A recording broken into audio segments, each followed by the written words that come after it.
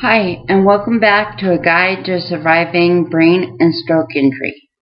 So today we're going to do, obviously, mirror therapy. So it's called mirror box therapy or mirror therapy. So the concept is to trick your brain into thinking your right hand or whatever affected limb is perfectly fine. And if you do this enough times, it can reduce pain.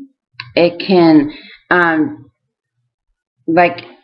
cure phantom pains, and it can help open up your hand and stuff.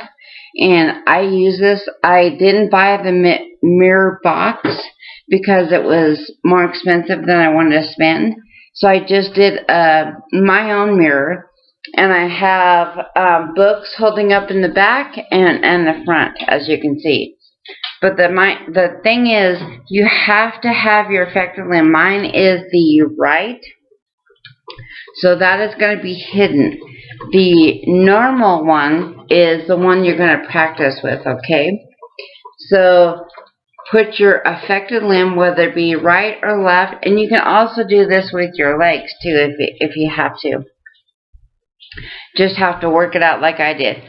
Also, it's good to have a caregiver or loved one to help you with this, because they can tell if you're moving your affected limb, and also to help you hold up the mirror if you don't have a mirror box. So I'm going to get into it and hopefully I can show you my exercises and what I did to, first of all, open up my hand, because my hand was closed and in this position. And it was like this for a couple of months until I really started to do this.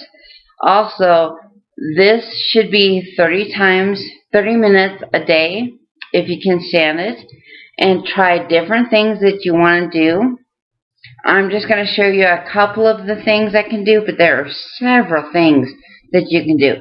But make sure to watch the reflection in the mirror and try to move your right hand. But you're tricking your brain into thinking the reflection is your affected limb doing these things, okay? So first of all, obviously it's writing. So I took the liberty to write down some stuff before. You can see how not good it is.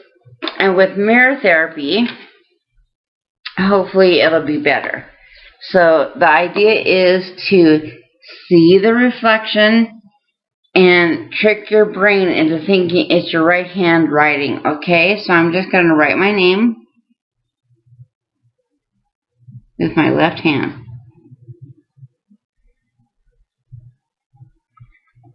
And it's weird because it's backwards in the mirror, so be careful. But you're still trying to do it with your right hand on the other side.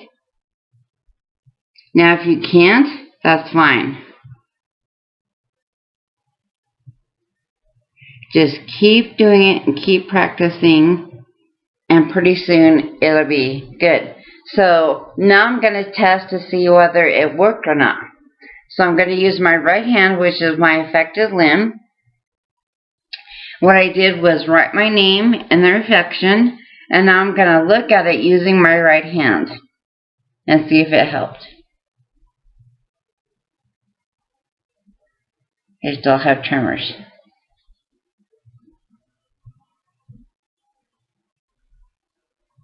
But it's better.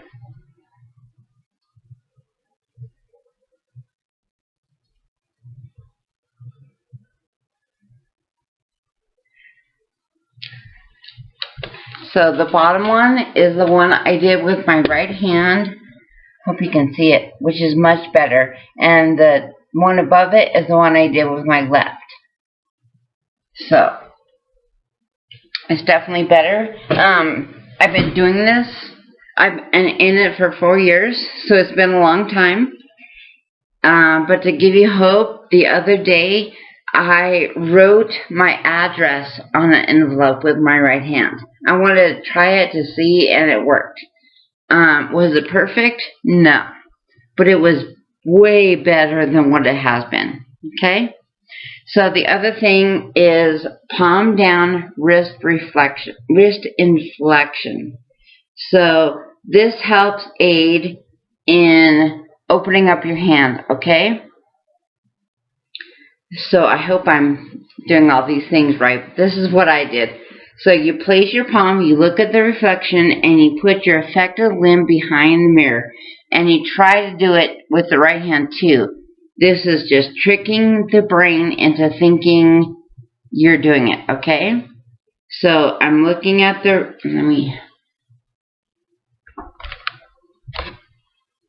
you can't really see it still. But this is one way to open up your hand. So you lay your palm down. You can use a towel if it's sticky. I use my sleeve because it's really slidable.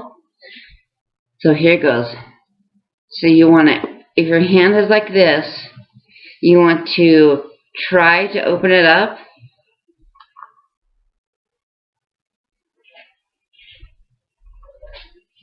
This is inflection and retraction.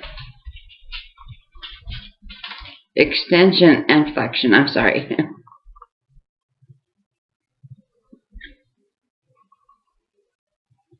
And then you want to try it with this hand.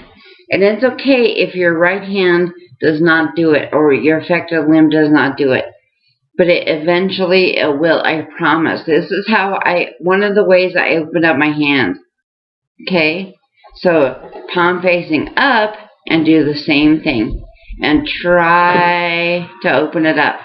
And again, this is good with a caregiver or somebody to help you because they can do your right hand and open it up.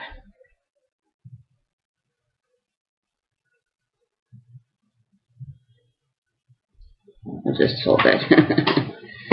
Okay, but palm up. They can also hold the mirror. But just do this.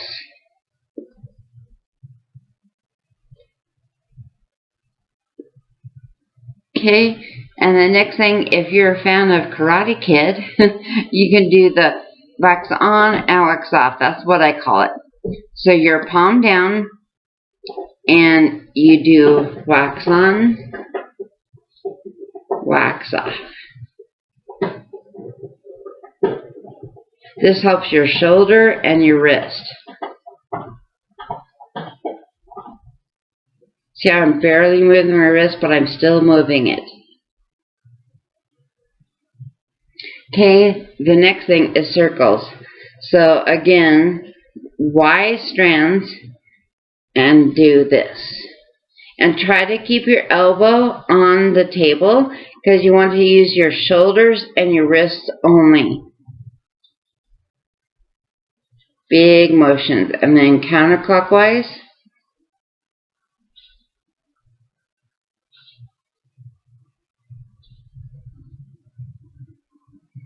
Okay, and then you go to your side and do the same thing.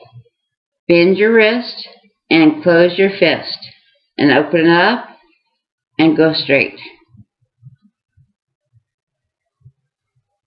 And this can help with pain because it's also tricking your brain into thinking the reflection is your affected limb. So it should help with pain, hopefully, and phantom limbs. And for us stroke patients, it'll help you open up that hand eventually. Because my wrist was locked, my hand was horrible. And this is one of the ways I did. I got it open.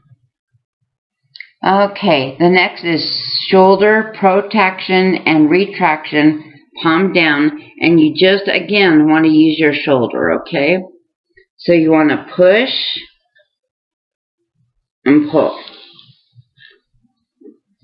Push and pull. Because again, my shoulder was stuck, and whenever I get nervous, it lifts up. So this is one of the ways it helps. But again, do it with both hands. Both hands, always trying. Because again, look at the mirror and think of it as your right hand doing this. Or your affected limb. For me, it's my right.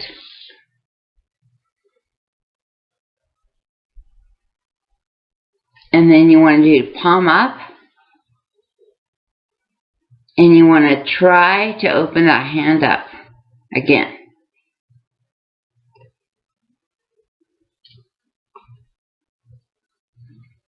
And again, with the palm facing down. And just try whatever you want to do. Just be mindful that you can't use your elbow. You have to use your wrist and your shoulders only. And also the piano, you have to think of it this way. You have to use both of your hands for a lot of things, like playing the piano or screwing in a screw, something like that. So it's important to have an independent life as much as possible. So you have to do these things in order to achieve that.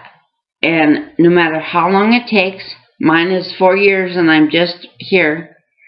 But other people, like my friend Dave, he's already back to work. He's already driving. He's already doing way better than me. So every stroke is different, but the hope is the same. You can achieve independence the more and more you practice these things. Okay, let's see. So the piano, what I do is touch every finger to your thumb and then backwards. But again, don't watch your normal limb, watch the mirror. That's my phone, sorry. I should have turned it off. And then turn it over and do it this way.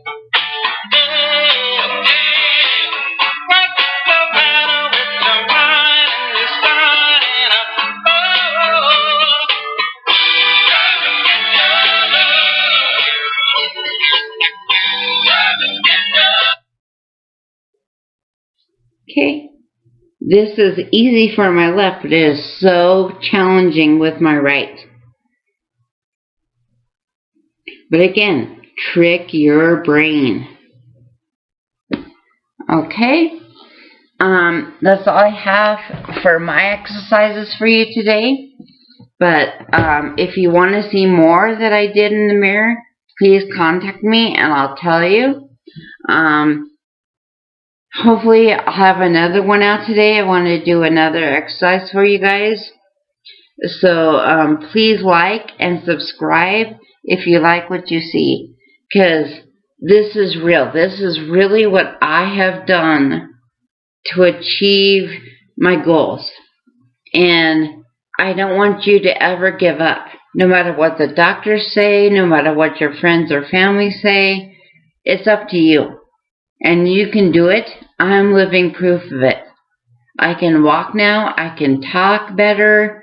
I use my right hand so much better. My gait is better. And it's with a lot of hard work. Don't think this is going to be easy, because it's not. It's just not.